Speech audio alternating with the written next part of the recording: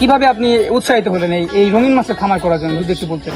এটা উৎসাহিত হলাম, আমি যখন বাইরে ছিলাম তখন আমাদের যখন কাজ না থাকতো আমরা বাসায় বসে বসে ভিডিওগুলো দেখতাম, আমি এসব খামারের ভিডিও, মাছের ভিডিও, তো ওখান থেকে আমি উৎসাহিত হয়েছি।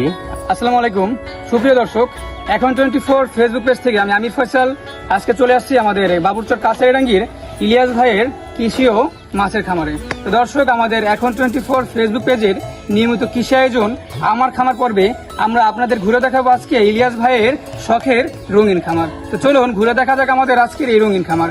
এই খামারের এই ভিডিওতে আমরা চেষ্টা করব আমাদের নতুন উদ্যোক্তাদের সম্পূর্ণ তথ্য তুলে ধরার জন্য।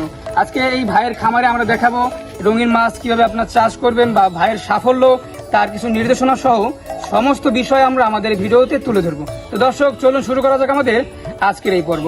এখানে আপনি কি কি পরিচর্যা মূলত করতেছেন এই খামারে? এই খামারে আপনার রঙিন মাছের খামারটা পরিচর্যাটা খুবই গুরুত্বপূর্ণ একটা বিষয়ের কথা জিজ্ঞেস করছেন। এটার আপনার পানিটা খুব পরিষ্কার রাখতে হবে। দেখতেছেন আপনারা আমার পানিটা খুবই সবুজ আছে, এটা কোনো পানি খারাপ হয় নাই, এটা হলো আপনার গ্রিন পানি ওয়াটার। এটা হলো আপনার মাছের খাবারের জন্য খুবই উপকারী একটা পানি।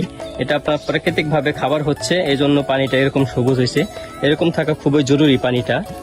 তো আমার পানিটা কোনো সমস্যা নাই, সবাই সবসময় চেষ্টা করবেন যারা খামার করবেন পানিটা খুব পরিষ্কার রাখার জন্য। রঙিন মাছ খুব শৌখিন একটা মাছ, এগুলা ওরা খুব পরিষ্কার পানিতে থাকতে স্বাচ্ছন্দ্য বোধ করে। কয় বেলা মূলত খাবার দেন আপনি এখানে? আমি খাবার দিই ওদের 2 বেলা, সকালে এবং বিকেলে। ওদের খাবার খুবই সীমিত লাগে, এই মাছগুলার বেশি খাবার দিলে ওদের সমস্যা হয়। সকালবেলা আর বিকেলবেলা খাবার দিতে হয়।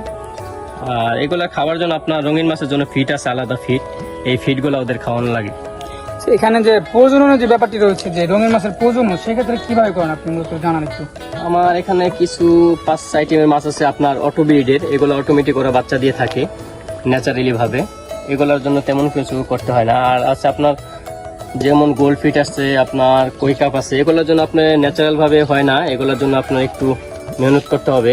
আমি শুরু করছি আপনার আজ থেকে 4 মাস আগে, আমি বাইরে ছিলাম, বাইরে থেকে এসেই আমি আমার এই মাছের খামারটা শুরু করছি। মূলত এই শখের রঙিন খামারটি কেন করেন, আর মূলত প্রথম দিকে কিভাবে শুরু করলেন যদি দর্শকদের উদ্দেশ্যে বলেন? হ্যাঁ, আমি দীর্ঘদিন বাইরে ছিলাম, বিদেশে ছিলাম। তো ওখানে যখন আমাদের কাজ না থাকতো তখন আমরা বাসায় বসে বসে ভিডিও দেখতাম। তো ভিডিওতে দেখতাম যে এভাবে খামার করতেছে অনেকেই। তো তাদের যারা বেকারত্ব আছে তাদের বেকারত্ব ঘোচানোর জন্য আমার রঙিন মাছের এই খামারটা অবশ্যই খুব গুরুত্বপূর্ণ একটা বিষয়। তো যারা বেকার আছে তারা অবশ্যই এই খামারটা করতে পারে। কোন কোন প্রজাতির মাছ দিয়ে মূলত আপনি শুরু করছিলেন যদি বলেন একটু? আমি এখানে আমার প্রায় 6-7 আইটেমের মাছ আছে কালার ফিশ। এখানে আছে আমার গোল্ড ফিশ, কমেট, কই কাপ, তার সাথে আছে আপনার অটোবিডের যে মাছগুলো সেই মাছগুলো আছে আপনার ব্ল্যাক মলি, রেড মলি, তারপরে জেব্রা, হোয়াইট মলি, গাপ্পি, এই 6-7 আইটেমের মাছগুলো আছে আমার এখানে।